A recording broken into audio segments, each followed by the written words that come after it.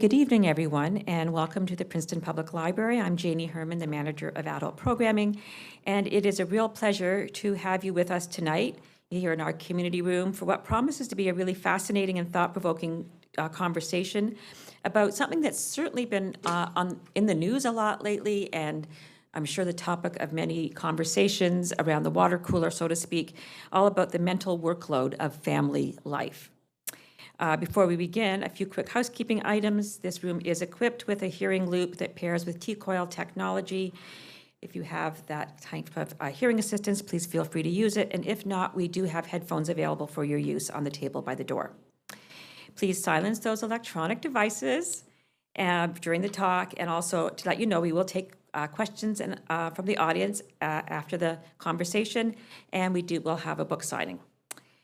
And also, I would like to extend thanks to Princeton University Press and to Labyrinth Books for both their sponsorship and their ongoing partnership and really friendship here with the library for all of our author events. It's really wonderful that our book community comes together in this way to help uplift the voices of authors, both local and national.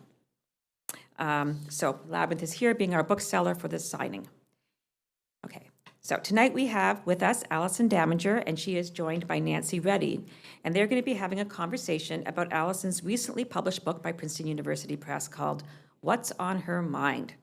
The Mental Workload of Family Life, which will be pointing us to new ways of understanding the interplay between who we are as individuals and the cognitive work we do on behalf of our families. Allison Daminger is Assistant Professor of Sociology of the University of Wisconsin-Madison, where she teaches classes on family dynamics and qualitative research methods. Her work has been featured in leading publications such as the New York Times, The Guardian, Psychology Today, and The Atlantic. She's joined by Nancy Reddy, who is the author of The Good Mother Myth. Her previous books include the poetry collection, Pocket Universe, and the anthology, The Long Devotion, Poets Writing Motherhood. She also co-edited with that book with Emmy Perez. Her essays have appeared in Slate, Poets and Writers, Romper, The Millions, and elsewhere. She writes the newsletter, Write More, Be Less Careful. And I'm really looking forward to hearing more about the mental workload. Thank you. Thank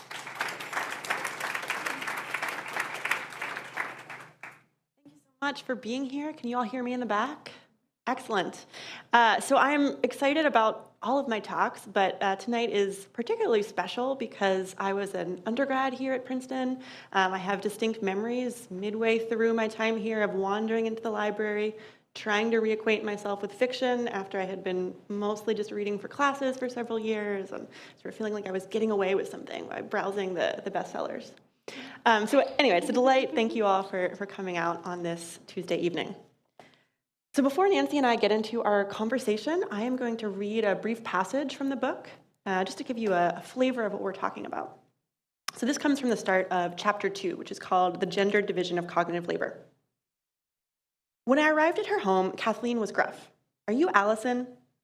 To be fair, she had only just pulled into the driveway herself and was struggling to wrangle an uncooperative preschooler from her car seat. Kathleen beckoned me to follow her through the front door, preemptively apologizing for the mess.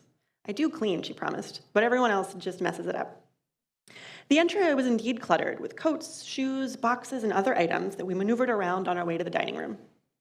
Kathleen and I sat adjacent to one another and across from her daughter Laurel, who occupied herself during the interview cutting construction paper into unrecognizable shapes and occasionally interrupting with loud pronouncements like, I want a popsicle. Consistent with her initial greeting, Kathleen, a white woman, was blunt throughout our interview. She summarized her relationship with her husband, Chris, this way. So he sort of pursued me, and we went out. We started dating. Now we have 2 kids, and they live in this house with a hairy dog. Still, it seemed clear that Kathleen's unsentimental demeanor masked deep affection. Her older daughter, Chloe, is nice, kind, flexible, awesome. Similarly, everybody likes Chris, Kathleen explained. He's like the nicest guy on the planet. When I interviewed Chris, an Asian American man, he described himself as the family softie. I'm like, if we think we can afford something for the kids, I say yes.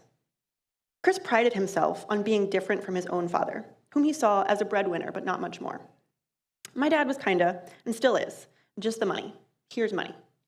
Like his father, Chris works full-time as a police officer. Kathleen is also employed full-time as a guidance counselor. But Chris was determined to be more present for his daughters.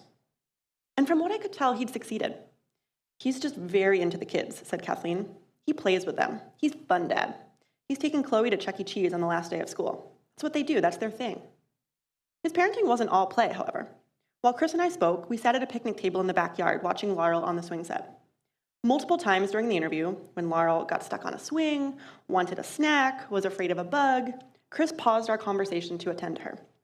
If you need it, here's insect repellent. The bugs will stay away from you, Chris counseled, handing Laurel the bottle. Then a moment later, you don't spray the bugs, you spray yourself. But Kathleen had one major complaint about Chris. He doesn't anticipate, she exclaimed. I get so frustrated. Like if I don't tell him what to do with the kids, he doesn't do it. They'll sit around the house inside on a beautiful day and not do anything because he's like playing his guitar. I'm like, really? I have things to do. You need to do something with these children. I wish he would just do that. Take the initiative. Drives me crazy. Chris confirmed his wife's story from his own perspective. When it came to managing their daughters' lives, he said, I'm just the passenger. He ran errands, dropped his eldest at camp, and took time off work to attend important school events. But Kathleen steered the ship. She oversaw the family budget and implored Chris to reduce his spending. She monitored their daughter's diet to ensure sufficient vegetable content.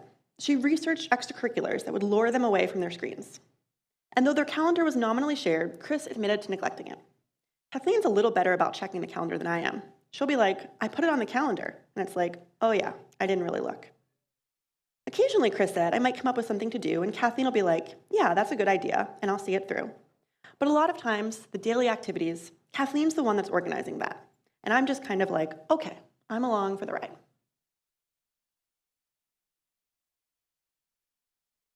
Okay, I think I'm back on.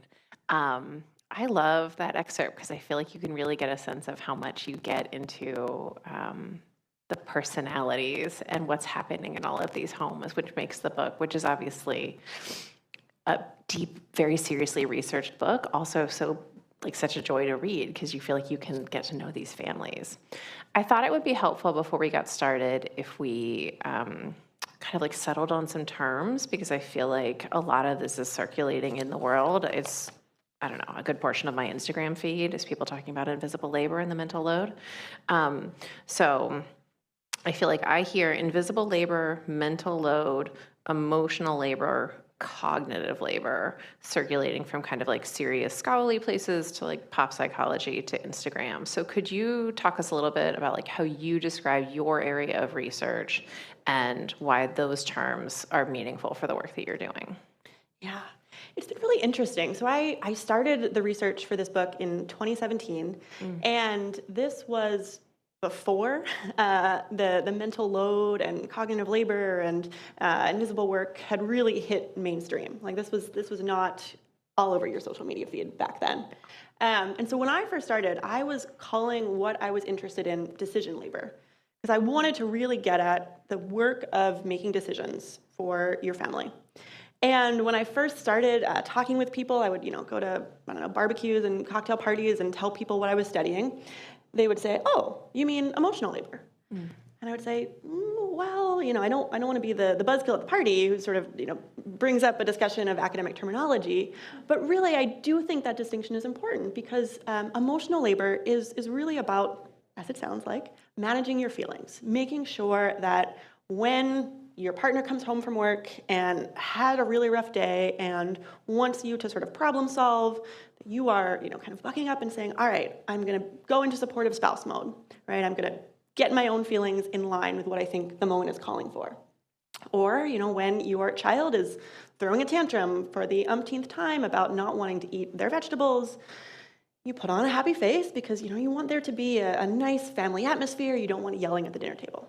Right, that exists, it's important work, and it's slightly different than what I'm talking about here. What I'm talking about here when I describe cognitive work or mental work, I sort of use those terms interchangeably, is basically project management for the household. Now, it definitely touches on emotional labor, and so if you've heard the term mental load, usually what people are talking about is how the mental and the emotional get overlaid, right, and it's quite hard to separate the two. But my goal in this work was to really isolate the cognitive part and say, this is the work of anticipating family members' needs, right? It's saying, okay, Christmas is coming. My grandmother asked me yesterday what I want for Christmas. So apparently Christmas is coming, and we need to start thinking about it. Where are we going to be for the holidays? Who wants what? What's our gift list? It's identifying options for meeting those needs, right? So in this case, I'm probably going to Google, what to get a 12-month-old for Christmas, because I don't know what to suggest my grandmother. Making decisions, right? Maybe I'll send her a list of recommendations, or I will tell her to surprise my daughter, and then monitoring, following up. Right? If I wrote myself a reminder to put this on my to-do list, then it's, oh, did I actually get to it? If I asked my spouse to do this research, did he get to it, right? Has my grandmother been satisfied, right? Has this need to figure out what the family will get my infant for Christmas sort of been tidily wrapped up, right? That is kind of what I'm isolating. And as you can imagine, this overlaps a lot with emotions. Right? It's my daughter's first Christmas. How do I feel about consumerism and toys and Montessori and whatnot, right? It's also physical labor, right? In this case, there's not a lot of physical labor other than maybe calling up my grandmother. But these things are hard to separate in practice, but I do think there's a lot of value in saying, okay, this is a particular kind of work with a particular division in families and particular consequences for people's lives. Yeah, and I think that I first came across your work when Jessica Gross wrote about it in the New York Times, which I think was like 2019. Mm-hmm. And it was those 4 stages of anticipating, doing it, following up. There's one that I'm missing right now. Anticipate, identify, decide, monitor. See, right? There's 4 stages. And that was so mind-blowing for me to be like, oh, no wonder I feel so, my kids were so little then, like, no wonder I feel so exhausted all the time because I am doing all of that. And sometimes I am, just to share my own personal stuff, but we'll give you all a chance to share too.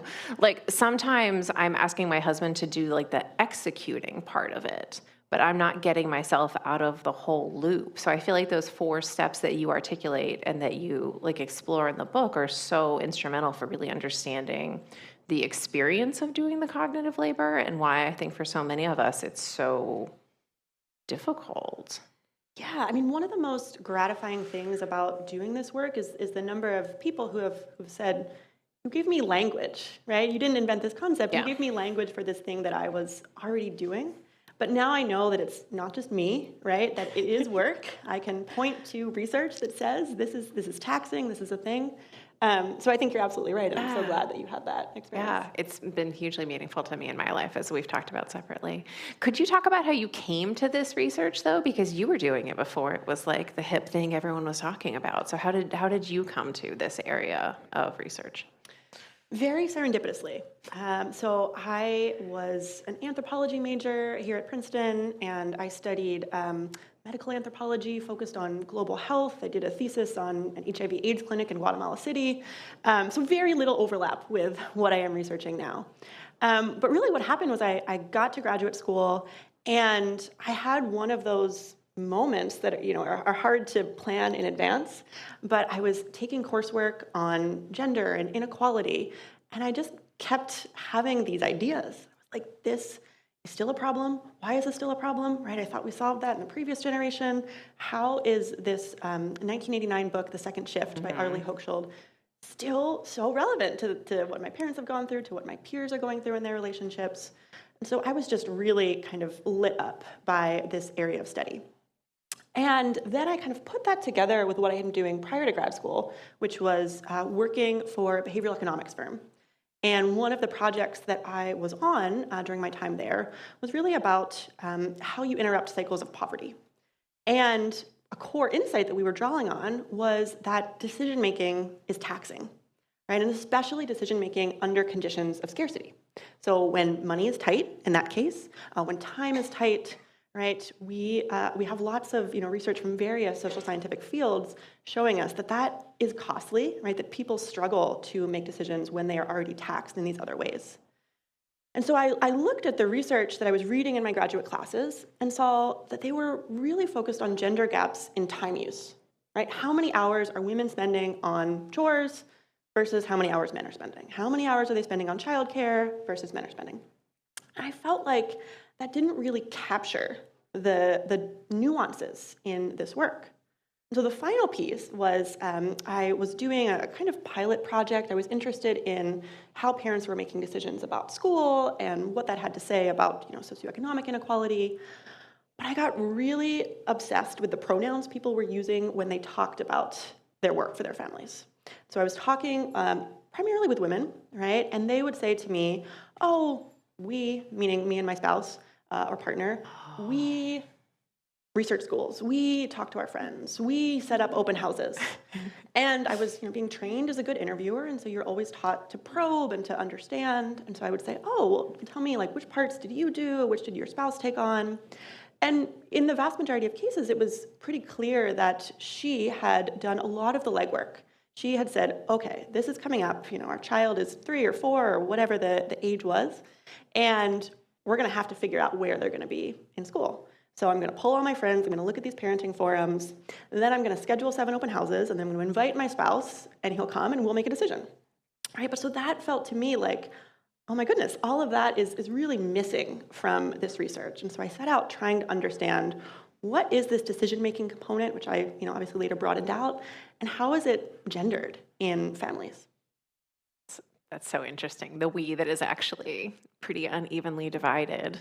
I feel like you've already kind of like gestured on the edges of this, and we can see some of the work that you're doing in interviews. But what I think is so interesting about your research, or one of the things, is how you try to systematically understand how couples are doing this work that can seem invisible, right? So could you just talk a little bit about the methods? Because I think you're saying that like people had previously done just kind of time diaries, right? And that's so incomplete. So could you talk about the method? Like, how do you try to understand in a more nuanced way the cognitive labor that people are actually doing? This is really hard because, again, this was 2017 when I started doing this work. It wasn't a super familiar concept that people would just get if I said mental work or mental load. And so my idea was that decisions are probably going to be the most salient and visible piece of this whole process, right? People could say to me, I decided to send our child here. I decided to feed my child this. I decided to schedule this trip. So what I had parents do, I interviewed all parents for this project. I had parents fill out a decision diary. So for about 24 hours prior to the interview, I sent them this very simple log and said, write down the decisions you are making or thinking about making for your family over this period. There's variation in terms of the level of compliance, right? This is sort of a hard ask to make a lot of decisions in a day. But most people came up with some sort of list of decisions ranging from the very quotidian, right? I'm going to feed my child eggs for breakfast, to the big and massive, like, where are we going to move? Am I going to go back to school, right? What are we going to do about this horrible challenge that we're having health-wise in our family? So when I got there for the interviews, most of which were, at kitchen tables or living room couches, I would have them walk me through those decisions that they had logged. And I would say, okay, eggs for your toddler for breakfast. How did you know that that would be a good meal for your toddler to have, right? What other options did you consider? How did those items get in your fridge, right? What's your system for figuring out when you're running low? How did you know to pivot when your toddler rejected plan A? What was the calculus, right? Okay, I want them to have some sort of protein. They said no yogurt, right? And so people could, when I asked them these very specific questions about this decision outcome, for the most part, they had a lot to say, right? It just wasn't that they had necessarily previously conceptualized that as work that they were uniquely doing. And so anyway, I had this whole system. It evolved over time as these terms became, more popular in the lexicon. Right? I had a card deck, and I had people sort the cards based on who did what for their family. But the core was really to look at these different domains of life, right? Planning social life, planning travel, managing childcare, food, shopping, maintenance, finance, and to say who in the couple plays the sort of leader role in this domain and who plays the follower role. Right, and then I used that, it was a very painstaking process, to kind of say, all right, overall in this couple, it is woman-led, right? She is leading the majority of the domains, cognitively speaking, or it's man-led, or it's balanced, or it's, something else. It's so interesting. I just think about like how many decisions have we all made today? Probably a lot. So we're going to ask you all to do a little bit of talking to each other for a minute, because I feel like this is something that probably all of us have a lot to say about. So if you came with a buddy, I'm going to ask you to like widen your circle a little bit. This is very teachery, but we're both teachers, so I hope this is in the spirit of people have a lot to say about these topics. So if you came with a buddy, just like widen your circle, introduce yourselves to someone new as well. And if you would talk a little bit about what does cognitive labor look like in your life or in your household? Who's making these kinds of decisions? Does that capture what? Yeah. So talk for a minute. We want to know what you have to say. Talk to each other. So I hope that was interesting and useful as a way to like think about the concepts that Allison has laid out for us, and to think about how those play out in our own homes and lives. I was hoping to talk a little bit about, you have this kind of personality narrative. So a lot of the couples, it's just say you look at, like, I think the book is largely straight couples, and then there's a section on queer couples, and we can talk about how that plays out differently.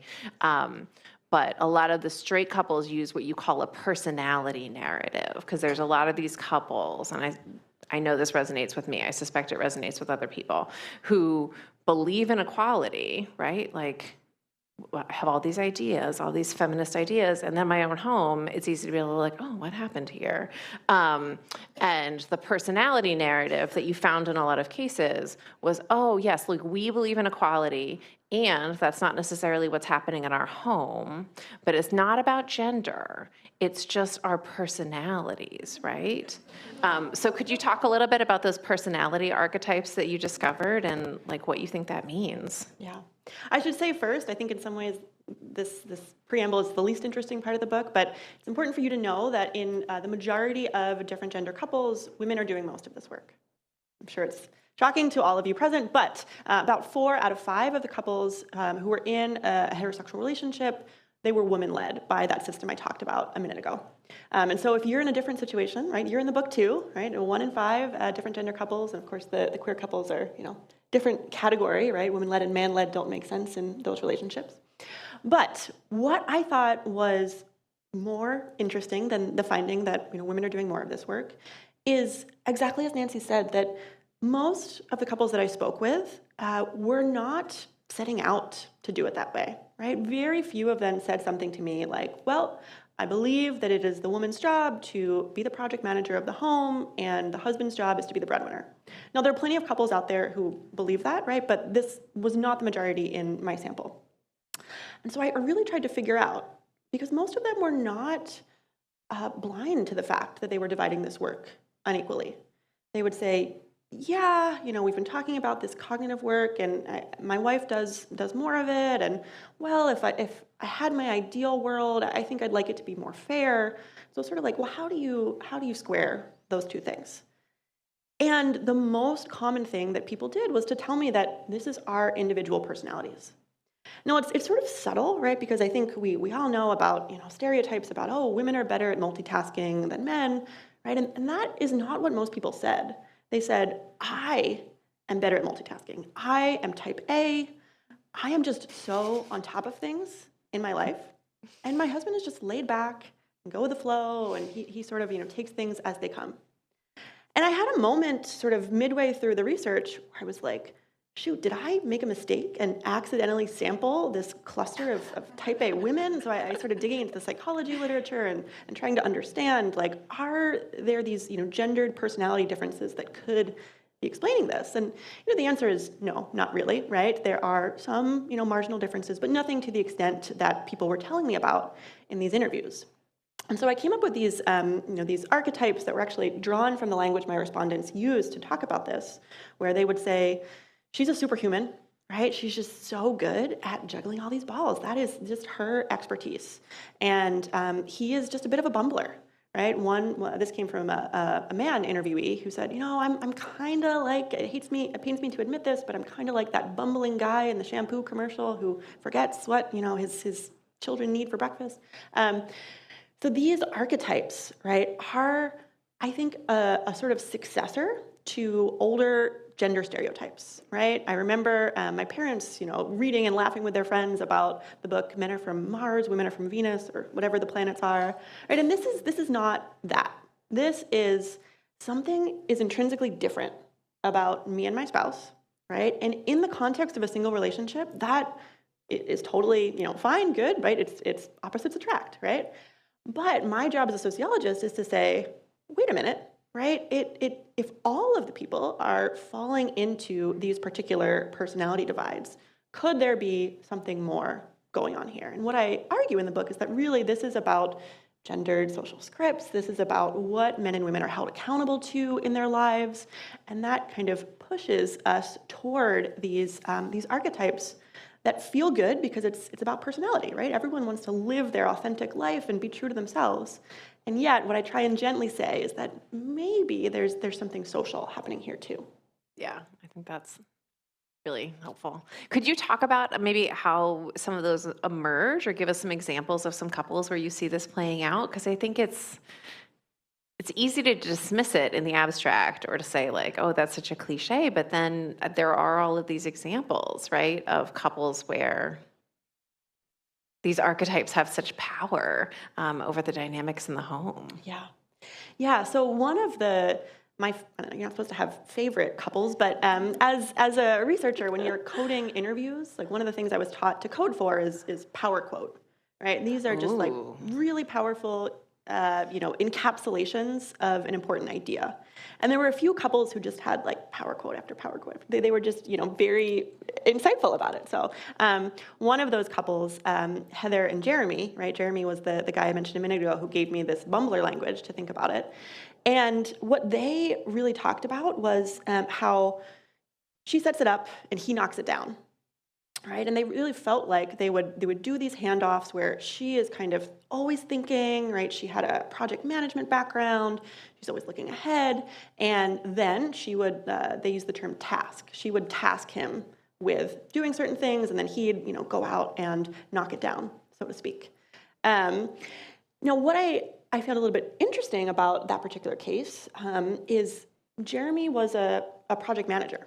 Right, that was his job, and I tried really hard in the book to present evidence as dispassionately as possible. But sometimes it was a little like, but you do this for work, and what is the divide there? So I sort of posed this question in a gentle, I think, way to another couple. She was a PhD student, and he was a pediatric surgeon.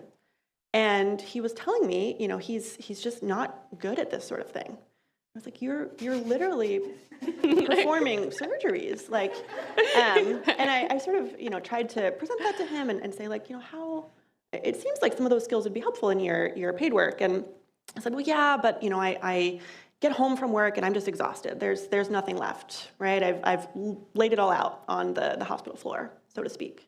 And so it was fascinating to kind of see how. For a lot of reasons we can talk about it. I think that men that I spoke with were not necessarily seeing those as transferable skills that were relevant in their home lives, right? They were sort of seeing this as, okay, that is a job thing, right? And my wife has got things covered at home. And so, I heard from a number of couples after the interview that I had prompted some good conversations. And I think a lot of that was sort of maybe putting together some of those pieces and saying, wait a minute, like you can do these things, I'm pretty sure, right? Or else what are you doing at work all day? I just like the idea of you kind of having this like sideline as a couples therapist a little bit, like, which is obviously not the focus of your work, but I'm sure that a lot of people talked about things differently after they talked to you. So we talked a little bit, we've been talking largely about the straight couples in the survey or in the research. Could you talk about the queer couples that you studied and what you found differently maybe about these personality archetypes? Because they didn't seem to latch on in the same way, right? To like, I am a superhuman, I am a bum. So like what did those couples show you about gender and cognitive labor? Yeah, so the queer couples, the first thing to know about the queer folks in my sample is that I think contrary to a stereotype that a lot of heterosexual folks have is that, oh, they must be 50-50, right? You have two women in a relationship, it must be perfectly even, they're both doing all of this work. That wasn't what I found. right? I did find that the majority of the queer couples I interviewed also split this work unequally. But the difference is, as Nancy is alluding to, number one, the gaps tended to be smaller, right? It wasn't like 90-10, it was more like 60-40, right? The second thing is that most of the queer couples that I interviewed seemed like they had really talked about this with their partner, right? Whereas I remember distinctly having a conversation with one woman married to a man, and she said to me toward the end of the interview, it seems like I do all the girl stuff and he does all the boy stuff. Right? And she was having this realization in real time, right? This wasn't something that she and her husband had really discussed and planned and sort of analyzed, except perhaps in moments of conflict. Whereas the queer couples would say, oh yeah, my partner sent me an article about this last week, right? We talked about it, he's this, I'm that. And it was just much more something that they saw as a topic of discussion and something that they felt like they had chosen on some level for themselves. And importantly, that they could change if they wanted to. So the personality piece was a little bit tricky. I went through a few back and forths with my editor to really explain what I meant here. But what I was seeing was not that they didn't talk about personality. It was just that I couldn't map their personality descriptions onto any archetype, right? It was sort of, oh, he thinks in numbers and he thinks in space. Or she does the immediate and the 10 years from now, and she does the stuff in the middle. Right? And so it just didn't map. It wasn't like one of them played the superhuman role and one of them played the bumbler role. It was, we have a particular idiosyncratic mix of skills and interests and circumstances, and we have crafted this thing that for most of them seemed to work for them. I mean, one of the examples I've thought about a lot from that section of the book is the couple where I think there's a lawyer who's been very super high steam at work, but they chose that, right? They chose to prioritize his work because it made financial sense, et cetera. And I don't think they're super happy with that, but they say we could change this in the future. Maybe I'll go in-house somewhere and my hours won't be as crazy.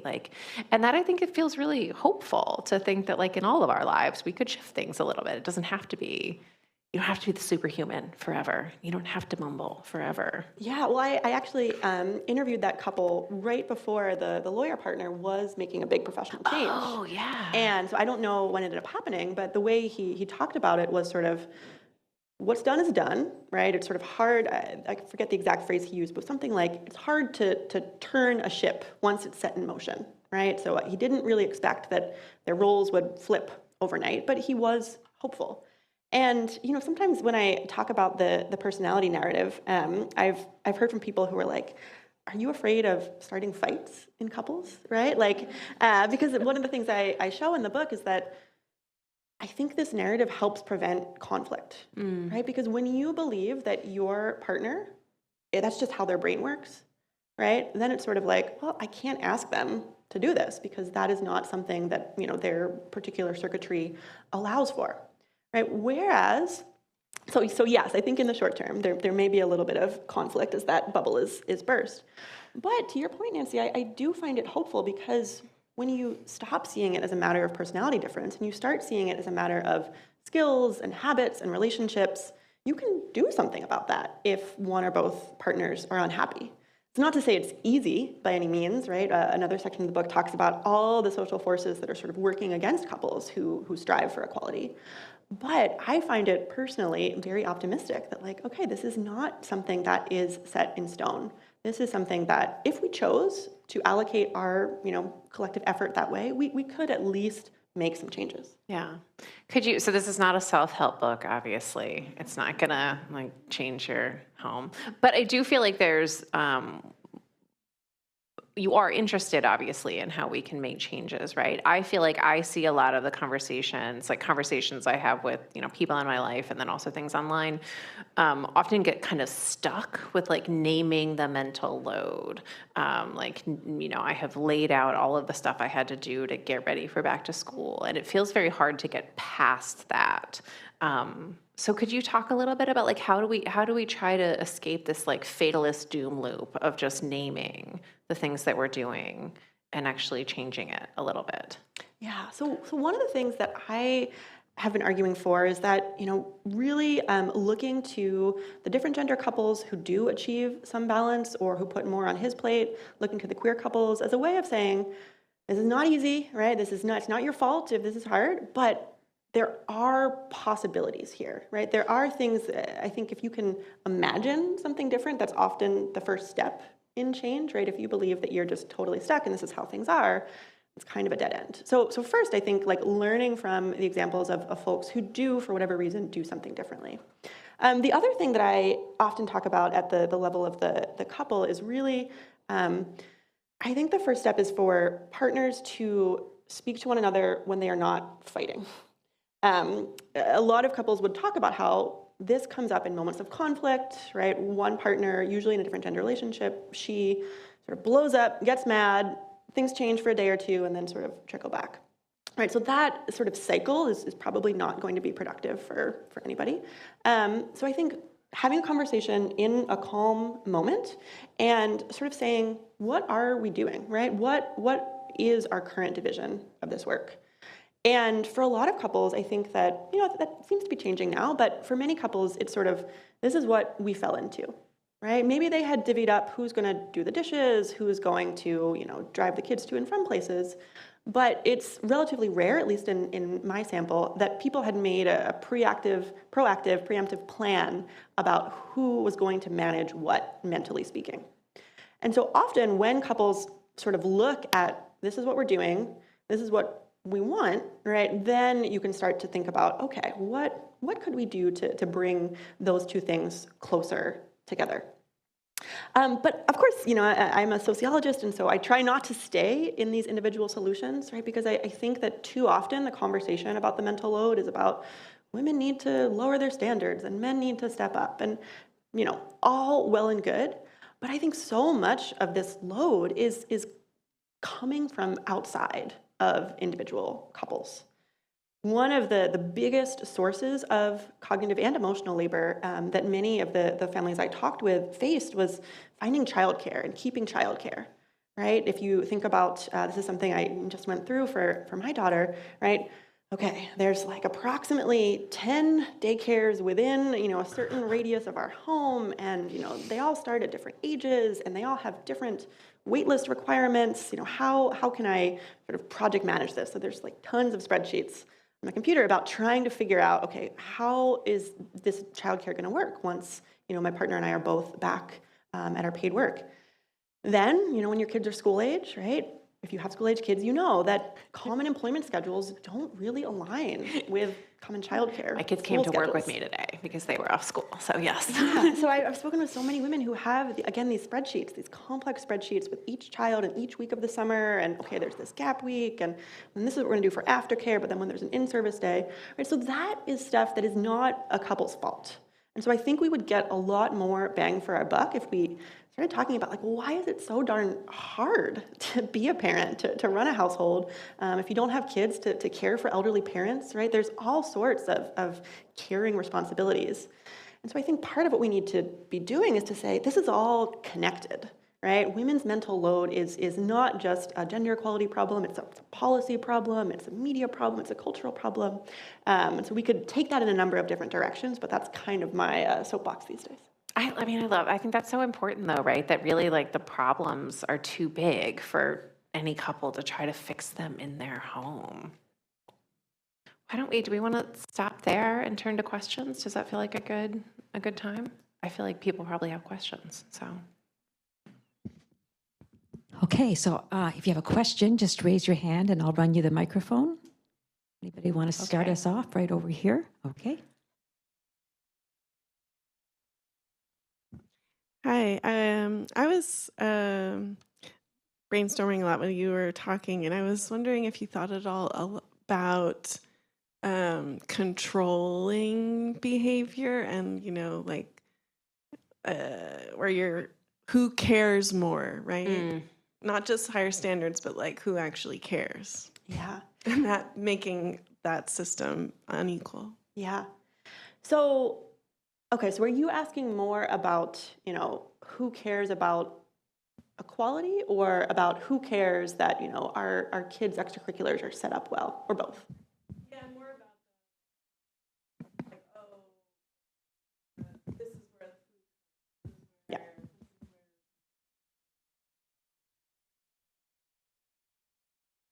Yes. Yep. Yeah, that is a common thing that I heard from interviewees and that I hear when I talk about this work more broadly is that, well, the partner who cares more, it just makes sense that they should do that. And what I try to challenge people to think, right, every situation is different. And so that, we can take that at face value.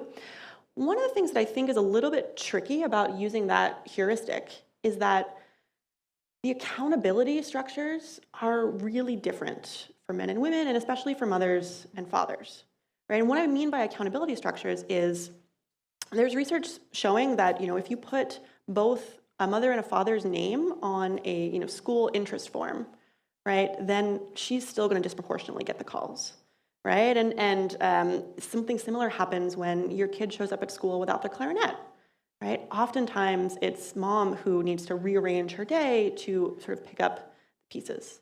The other part of this is, what do we think others expect of us, right? I do not intrinsically enjoy cleaning. In fact, I absolutely hate cleaning.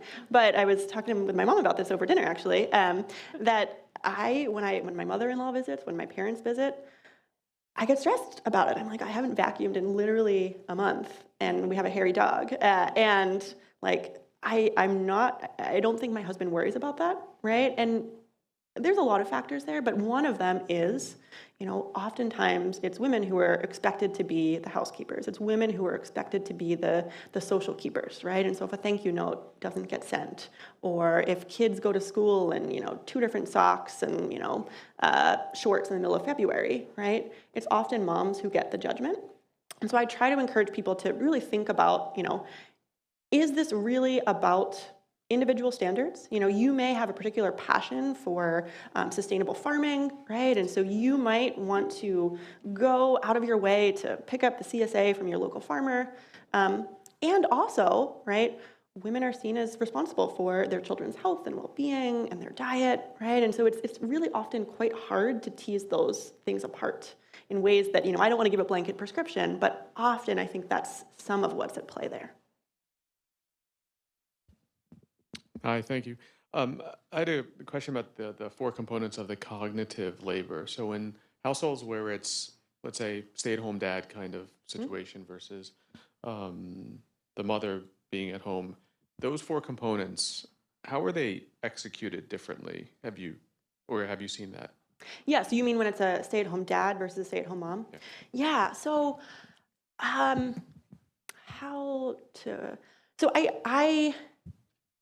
should say that the 1 in 5 different gender couples who divided the cognitive labor roughly equally or who put more on his plate, right?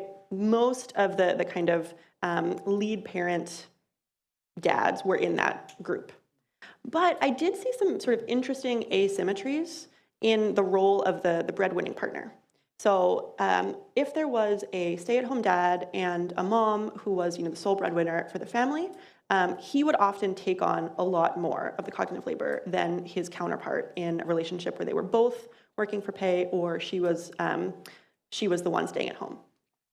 That said, right, when there was a stay-at-home mom, the breadwinning dad was a lot more likely to sort of step back and say, okay, like, she's in charge, right? This is her domain, and so I let her run it. I come in on the weekends and help out where she needs me to. Whereas when it was a stay-at-home dad and there was a breadwinning mom, the moms didn't really absent themselves in the same way, cognitively speaking, right? I remember one mom who was in this situation who would say, oh, my husband keeps his planner on his desk, and so I keep tabs on it, and I kind of know he's got this cookie exchange with the dad's group. And that same mom also talked about being really stressed and afraid that she was putting too much on his plate. Right, and so I think that there are important differences, and that there are certainly a number of dads in my sample who were doing 50% plus of the cognitive labor. But where I saw some of the differences was more in what the women they were partnered with sort of felt comfortable stepping back from, if that makes sense. So I'm in the camp where my husband was staying home with the kids for a while and I was working. And he just recently went back to work. And it was really interesting because this weekend, I was like looking at a house that we were thinking about buying, and I was like meal prepping for the week and blah, blah, blah. And he said to me, he's like, Christina, I know you're busy with like trying to figure out where we're going to live and also like prepping all of our food for the week. But I just wanted to share, I was just reading this thing about poisonous snakes, right? Like he was like reading on the couch about snakes. And I was like, I haven't read about snakes in years, but like, I guess the point was that it dawned on me suddenly that like we had different orientations towards like pleasure, right? Like that he was taking this time in his day to read about something just for the pure value of learning something. And for me, the orientation was like how much instrumental things I could get done. Like everything that I was doing was towards an end. And his goal was just the pleasure of reading that thing.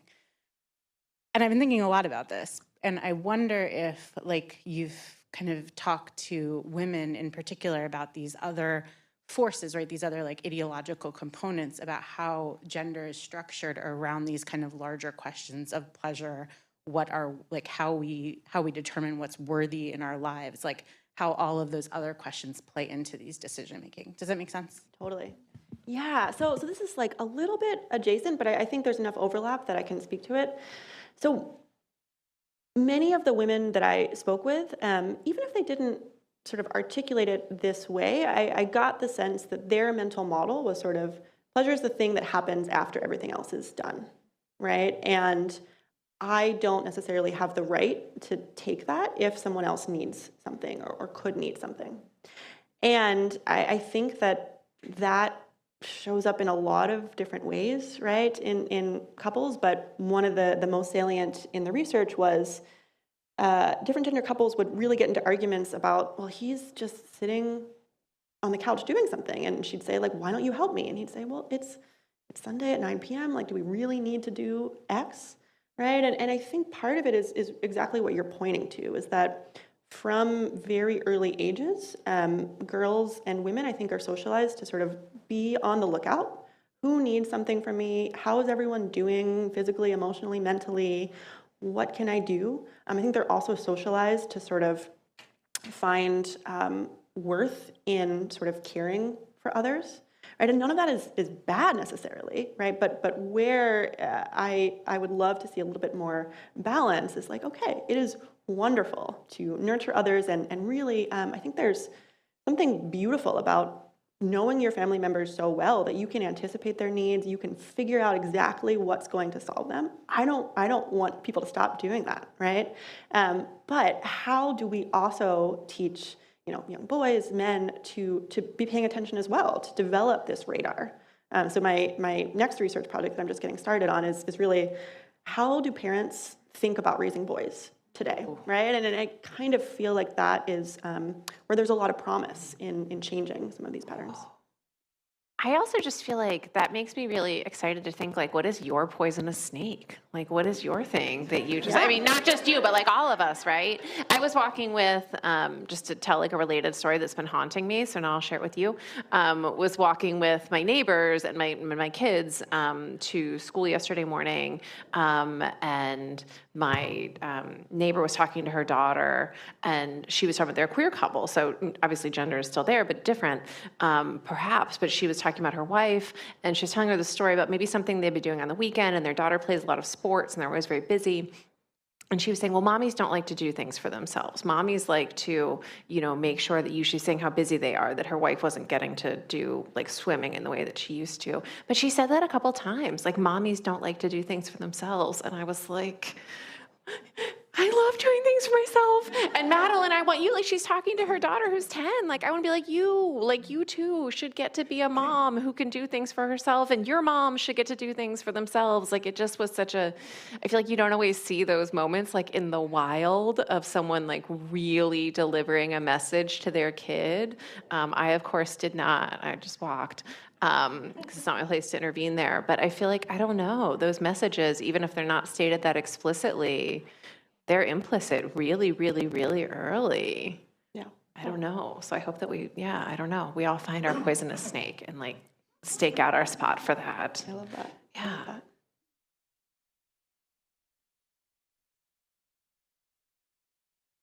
All right, good. So I'm curious about how some of the things that you find in your research, Allison, are historically contextual.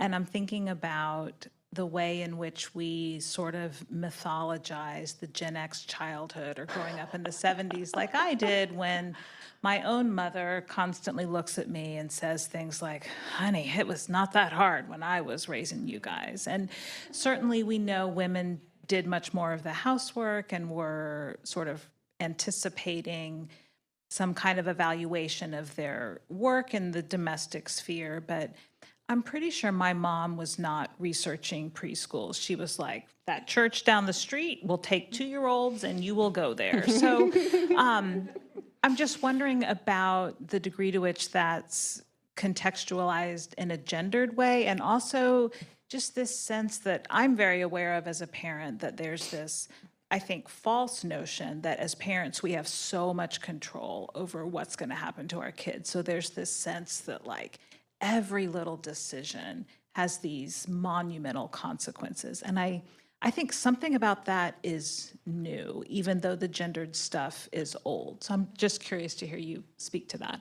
I think that's exactly the right question. I always love when we can sort of say, this did not, emerge in a vacuum. This has a past when things were different.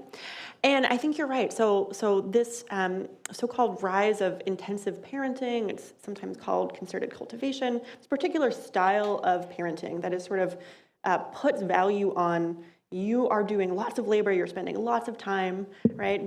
I've seen some charts recently that show that how even though women are working more hours for pay, childcare hours have also grown on average. And so then the question becomes, well, why have our standards intensified in this way? And I don't know of anyone who has sort of found the one thing. I think it's a combination of factors. I think one of the big ones is people are having fewer children, right? And they are expecting those children to live to adulthood. And so they are investing more per child than they were in the 1800s, for example. Another sort of more recent development is the growth of inequality. And I think you were pointing to some anxiety around like these decisions have consequences. And oh my God, if my child doesn't get into the right preschool, maybe they won't go to college and maybe their whole life is off the rails, right? And that can get exaggerated, but I think it's grounded in reality, right? That there's a lot of uncertainty and volatility. Parents do not feel secure that they could sort of let their kid go to the church down the street and that they will be on a good life trajectory. And one factor that is a little bit hard to quantify, but I think the sort of parenting advice complex is sort of been sort of supercharged by social media. So scientific parenting has long been a thing, but just the sort of sheer visibility of a lot of experts telling you every single thing that you could be optimizing. And I'm a new parent myself, and that is like really stressful, and I'm sort of like, I'm gonna turn off the Instagram feed because probably I could be, doing a better job introducing solids, but I just don't have the bandwidth to do it, right? And so I think it's like, there's no one factor here, but the combination of all of these is, you're exactly right, sort of making the standards higher. And although fathers have gotten a lot more involved, mothers are still seen as primarily responsible for sort of managing their children's outcomes and sort of, ensuring their success in life. Okay. Do we have one more question? I think we have time for one more question. Yeah. Okay. Right over here.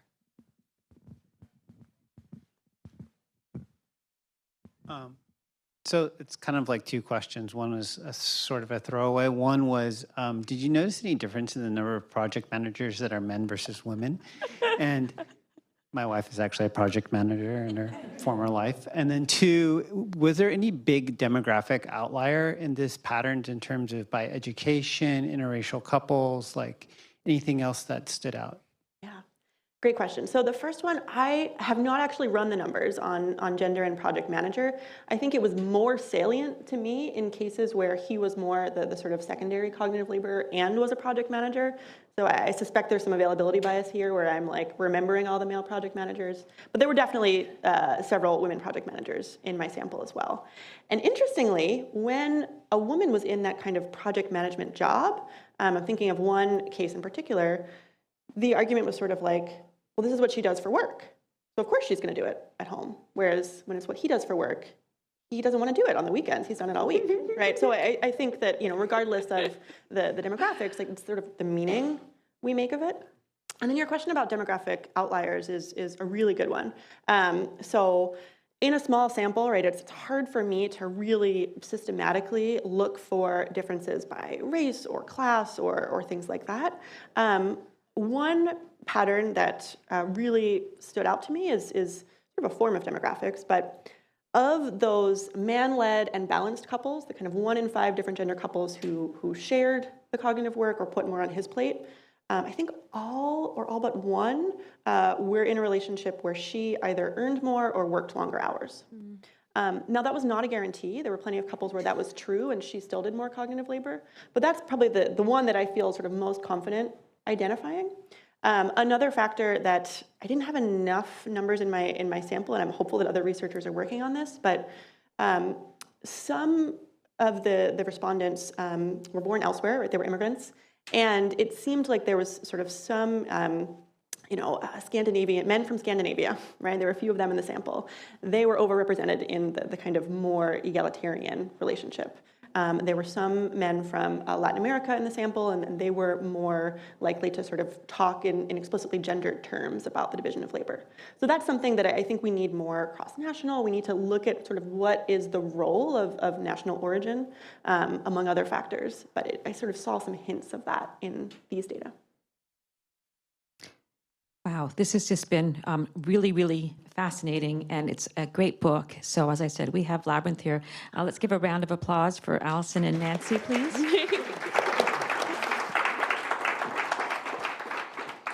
I hope there will be a follow-up to this and some more research done. I do think there's a lot more areas of which to explore in this whole realm, and it's been great. So thank you, everybody, for coming out tonight, and I guess that's all. We will see you at the library soon.